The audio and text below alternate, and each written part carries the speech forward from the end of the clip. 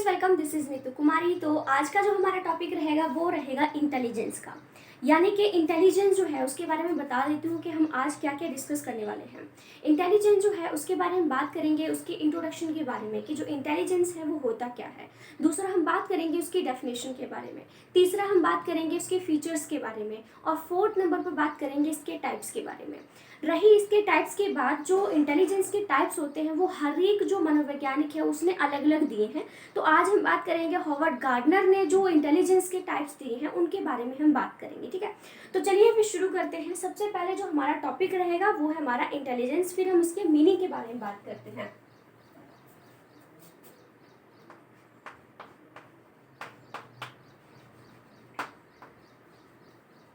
Intelligence, ठीक है। Intelligence यानी कि बुद्धिमत्ता। बुद्धिमत्ता क्या होती है?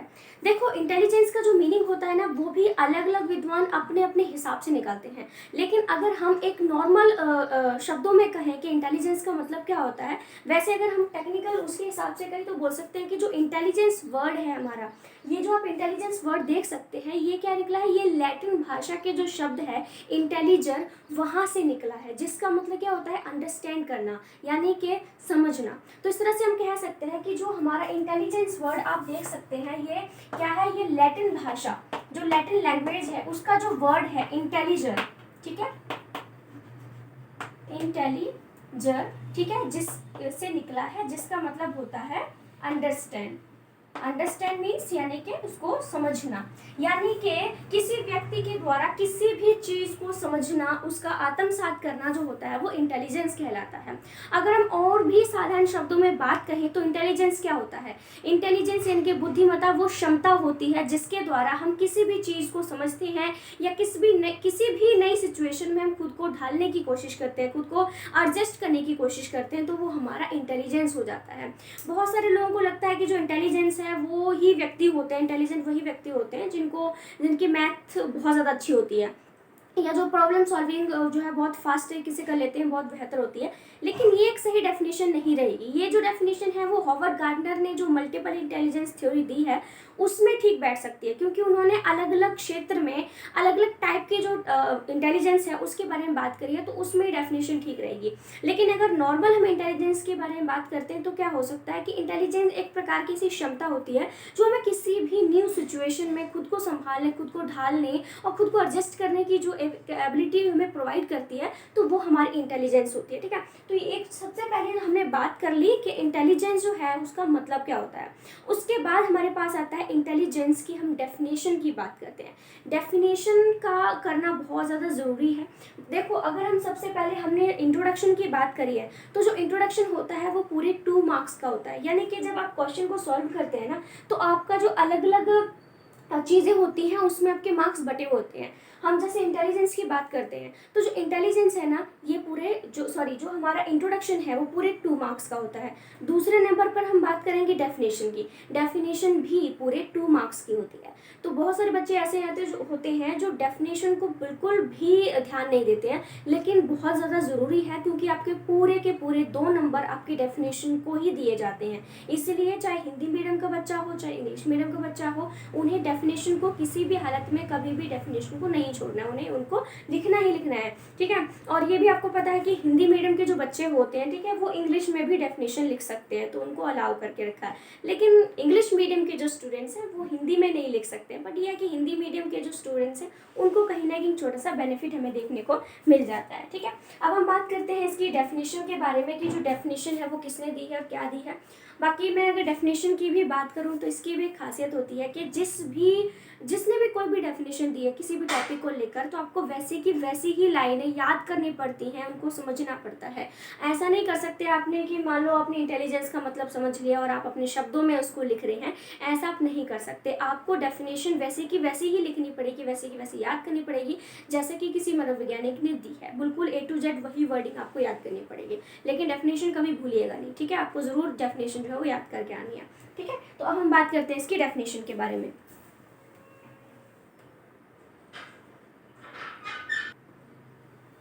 चलिए, ये रही हमारी डेफिनेशन जिसको दिया है वुडवर्थ ने। वुडवर्थ ने डेफिनेशन देते हुए कहा है कि इंटेलिजेंस की उन्होंने डेफिनेशन दी, उन्होंने कहा है कि the ability to learn and adjust in a new situation is called intelligence. उनका कहने का मतलब ये था कि अगर हम किसी भी नई सिचुएशन में आ जाते हैं तो हम उस न्यू सिचुएशन में किस तरह से सीखते हैं, किस तरह से खुद को एडजस्ट करते हैं, वो हमारी इंटेलिजेंस की वजह से ही हम ऐसा कर पाते हैं।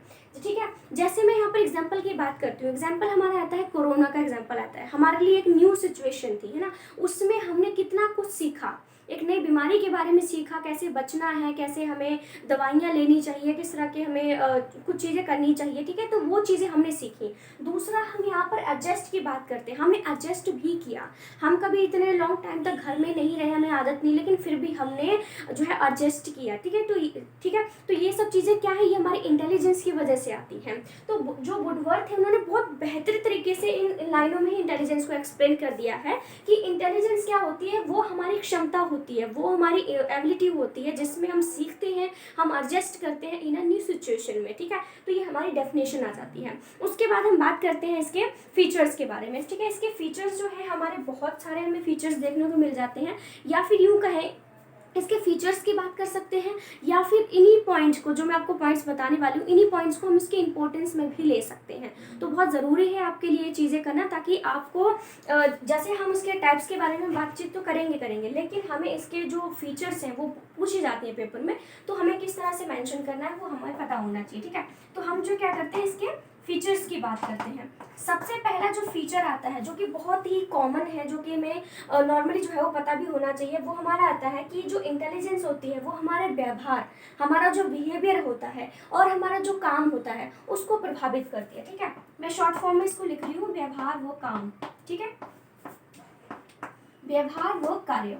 देखो, व्यवहार व कार्य का मतलब होता है कि हम अपनी जिंदगी में, या फिर अपने हम रोजाना की जिंदगी में, रोजाना की जो दिन होता है हमारा, जो भी उसमें हम काम करते हैं या जो भी हम बिहेवियर करते हैं, जो भी हमारा एक टाइप का बिहेव होता है, ठीक है, तो वो सब क्या होता है, हमारी इंटेलिजेंस की वजह से ही होता है। ठीक है, तो इसका पहला फीचर ये होता है कि हम व्यक्ति, हम जो भी हैं, ठीक है, तो हम क्या करते हैं, हमारा जो व्यवहार होता है, हमारा जो काम होता है, वो हमारी इंटेलिजेंस से ही प्रभावित होता है। क्योंकि हम जैसे हम किसी से बहुत अच्छे से बात करते हैं, किसी से व्यवहार अच्छे से नहीं करते हैं, या जैसे कोई मेंटली बच्चा प्रॉब्लम होती है, ठीक है, तो वो किस तरह से उसका बिहेवियर दूसरों के प्रति होगा। किसी का बिहेवियर बहुत एग्रेसिव होता है, कोई बहुत ज़्यादा पोलाइट बात करता है, ठीक है, तो ये सब चीज़ें क्या होती है, हमारी इंटेलिजेंस की वजह से ही होती है। क्योंकि इंटेलिजेंस जो होती है ना, वही हमें इन सब चीज़ों को प्रभावित करती है, इन्फ्लुएंस करती है कि हमें किस तरह से बिहेव करना है, और हमारा दिन का जो काम होता है वो किस तरह से हमारा जो है काम है वो होना चाहिए। ठीक है, उसके बाद हम बात करते हैं, इसमें सेकंड जो पॉइंट हमारा आ जाएगा वो आ जाएगा अनुभव का।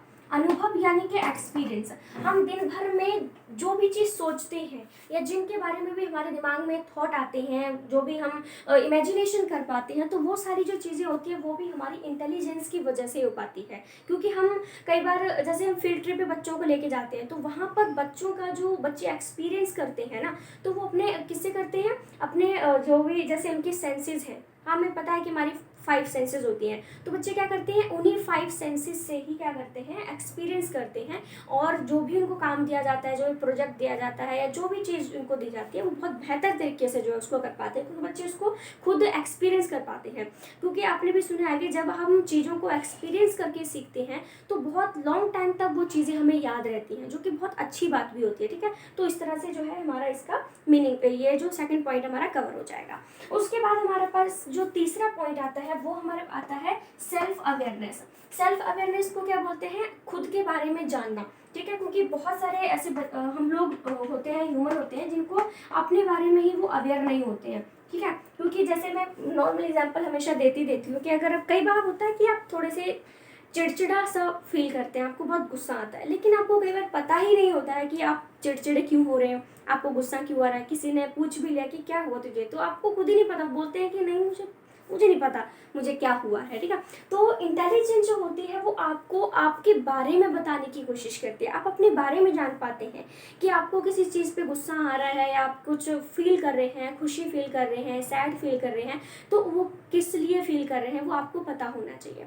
और ये वाला जो पॉइंट है जब हम हॉवर्ड गार्डनर की मल्टीपल इंटेलिजेंस थ्योरी की बात करते हैं तो उन्होंने एक इंट्रापर्सनल इंटेलिजेंस जो है उसके बारे में बात करी है। तो इंट्रापर्सनल इंटेलिजेंस जो है ना, उसमें हमें ये चीज़ देखने को मिलती है कि इंट्रापर्सनल इंटेलिजेंस वो होती है या उन लोगों में होती है जो अपने बारे में बहुत बेहतर तरीके से जानते हैं, अपने फीलिंग्स, अपने इमोशंस, अपने थॉट्स को बहुत अच्छे से वो संभाल पाते हैं और उसके बारे में उन्हें बहुत अच्छे से जानकारी होती है। क्योंकि हम बहुत सारी चीज़ों के बारे में नॉलेज लेते हैं, बहुत सारी चीज़ों के बारे में इंफॉर्मेशन लेते हैं, लेकिन खुद के बारे में कहीं ना कहीं हम जानना भूल जाते हैं, ठीक है। तो सेल्फ अवेयरनेस जो होती है, खुद के बारे में जानना, और ये हमें हमारी इंटेलिजेंस जो होती है वो उसमें हमारी हेल्प करती है। एक मिनट, चल रहा है? यस, चल रहा है। चलिए, अब हमारा जो नेक्स्ट पॉइंट आता है वो हमारे पास आ जाता है रीजनिंग की बात भी हम इसमें कर सकते हैं, ठीक है। क्योंकि आपको कोई भी चीज़ दी जाती है, ज़रूरी नहीं रीजनिंग में आपके मैथ के क्वेश्चन आएंगे, आपकी इसमें प्रॉब्लम सॉल्विंग भी आ सकती है। क्योंकि आपको कोई भी प्रॉब्लम दी जाती है, चाहे मैथ की हो, चाहे वो ईवीएस से रिलेटेड हो, चाहे हिंदी से हो, चाहे इंग्लिश से रिलेटेड हो, कोई भी आपको रीजनिंग करने के लिए दे दी जाती है तो आप उसको सही तरह से कर पाते हैं, तो वो आपकी इंटेलिजेंस की वजह से ही आप कर पाते हैं, ठीक है। तो इंटेलिजेंस जो होती है वो हमारी रीजनिंग करने में भी हमारी बहुत ज़्यादा हेल्प करती है। नेक्स्ट हमारे इसमें जो पॉइंट आ जाता है वो हमारी कल्पना आ जाती है, यानी कि हमारी इमेजिनेशन आ जाती है। आपको मान लो कोई टीचर आता है क्लास में और आपको कोई एक्टिविटी करवाता है, वो आपको कहता है कि आपने अपनी आंखें बंद करनी है और सिर्फ मेरे जो वर्डिंग है, जो मैं बोल रही हूँ या बोल रहा हूँ, उस पर सिर्फ सुनने पे आपने फोकस करना है, ठीक है। और जो आप सुन रहे हैं उसको दिमाग में उसके चित्र बनाने की कोशिश करो। जब आप जो सुन के आप एक इमेजिनेशन बनाते हैं तो वो चीज़ हम इंटेलिजेंस की वजह से ही कर पाते हैं।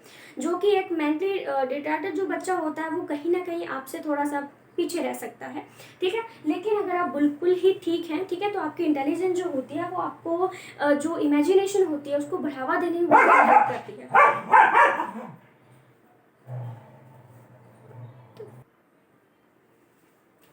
माफ़ कीजिएगा, कुछ चीज़ों पे हमारा जोर नहीं होता। चलिए, ठीक है। तो हमारा जो है इसमें रीजनिंग हो गया, चाहे हमारी कल्पना शक्ति होगी, हमारी इमेजिनेशन पावर होगी, वो सारी चीज़ें जो क्या होती है हमारी इंटेलिजेंस की वजह से ही होती हैं। उसके बाद हम इसमें बात कर सकते हैं रिस्पॉन्स टाइम। देखो, रिस्पॉन्स टाइम का मतलब होता है कि आप किसी भी सिचुएशन में हैं, ठीक है, आप किसी भी सिचुएशन में हैं और वहाँ पर आपको कब, कैसे और कितना रिस्पॉन्स देना है वो आपके इंटेलिजेंस की वजह से होता है। मान लो कोई डेक्लेमेशन चल रहा है या किसी भी टॉपिक पे हमारा डिस्कशन चल रहा है, ठीक है, सॉरी, डिस्कशन की बात कर लेते हैं, ठीक है।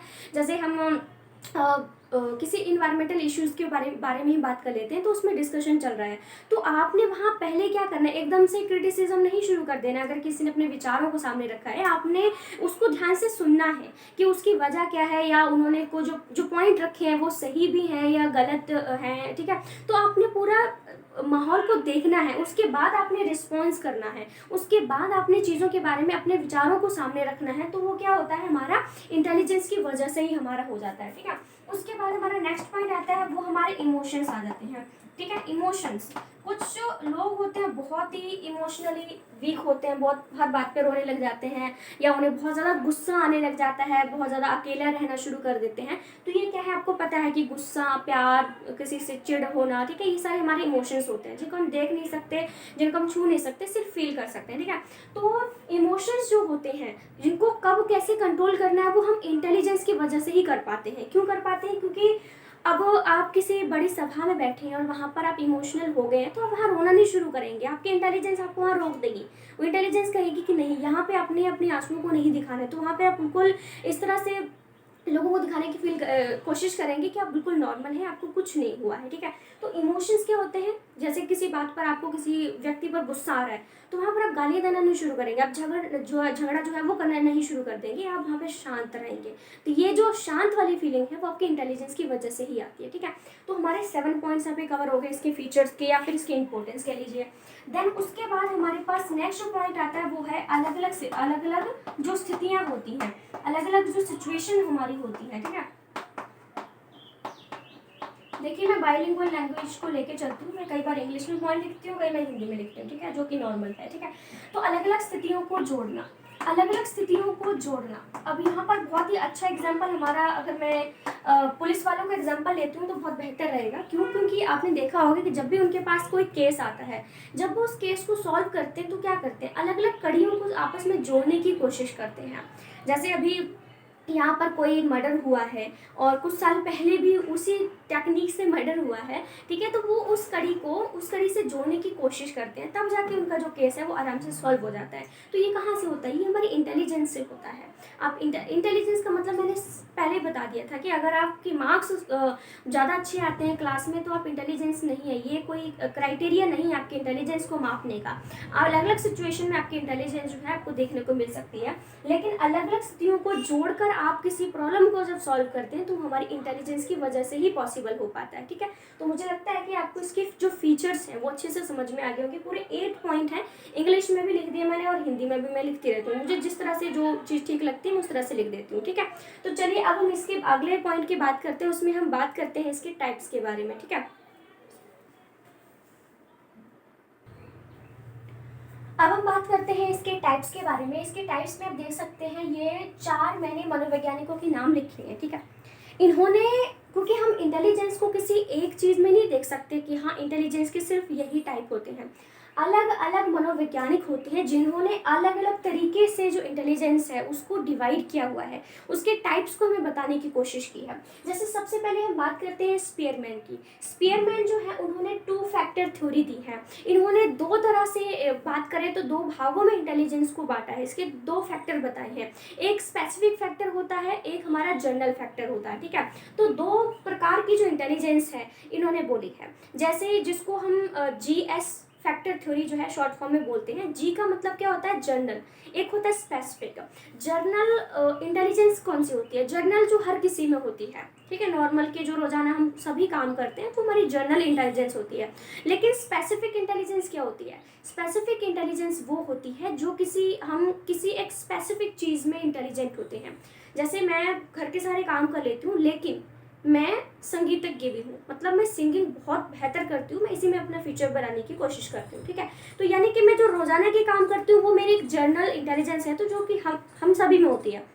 लेकिन स्पेसिफिक क्या है मुझ में? संगीत का, ठीक है। तो ये क्या है? ये हमारी स्पेसिफिक इंटेलिजेंस हो जाती है जो कि इन्होंने दी है। उसके बाद हम थर्स्टन की बात करते हैं जिन्होंने ग्रुप फैक्टर थ्योरी दी है। इन्होंने भी पूरे 7 प्रकार की जो इंटेलिजेंस है उसको उन्होंने दिया है, जिसमें न्यूमरल भी देते हैं, स्पेशल भी देते हैं, रीजनिंग के बारे में बातचीत करते हैं, बहुत सारे, यानी कि 7 टाइप की जो इंटेलिजेंस है इन्होंने दी हुई है।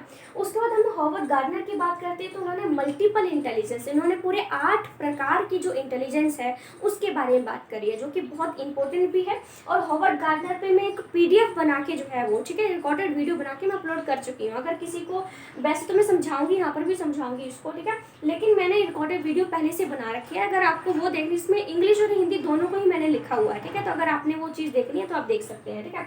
उसके बाद हम थॉर्नडाइक की बात करते हैं। जो थॉर्नडाइक है उन्होंने मल्टीपल फैक्टर थ्योरी दी है, इन्होंने भी इंटेलिजेंस को अलग अलग पार्ट्स में डिवाइड किया हुआ है। तो ये और भी मनोवैज्ञानिक है लेकिन इंपॉर्टेंट हमारी यही है, इसलिए मैंने सिर्फ इन्हीं को मेंशन किया हुआ है जिन्होंने इंटेलिजेंस को अलग अलग पार्ट्स में डिवाइड किया हुआ है, ठीक है। तो बाद में जैसे मैंने अगर हॉवर्ड गार्डनर की बात करती हूँ, 8 प्रकार की इंटेलिजेंस है जिसके बारे में बातचीत हम करेंगे, ठीक है, लेकिन इसकी रिकॉर्डेड वीडियो भी देख सकते हैं। लेकिन आज मैं सिर्फ इतना ही रहने देती हूँ। नेक्स्ट वीडियो में मैं आपको हर एक जो मनोवैज्ञानिक है उन्होंने किस किस तरह से इसको डिवाइड किया हुआ है वो मैं आपको समझाऊंगी, ठीक है। बाकी मैं दोनों तरफ से चीज़ें करती हूँ, मैं लिखित में भी यानी कि PDF बनाकर भी उस चीज़ को आपको देने की कोशिश करती हूँ और यहाँ पर भी मैं आपको वो चीज़ जो है वो समझा दूँगी, ठीक है। तो आज के लिए हम इतना ही बात करेंगे।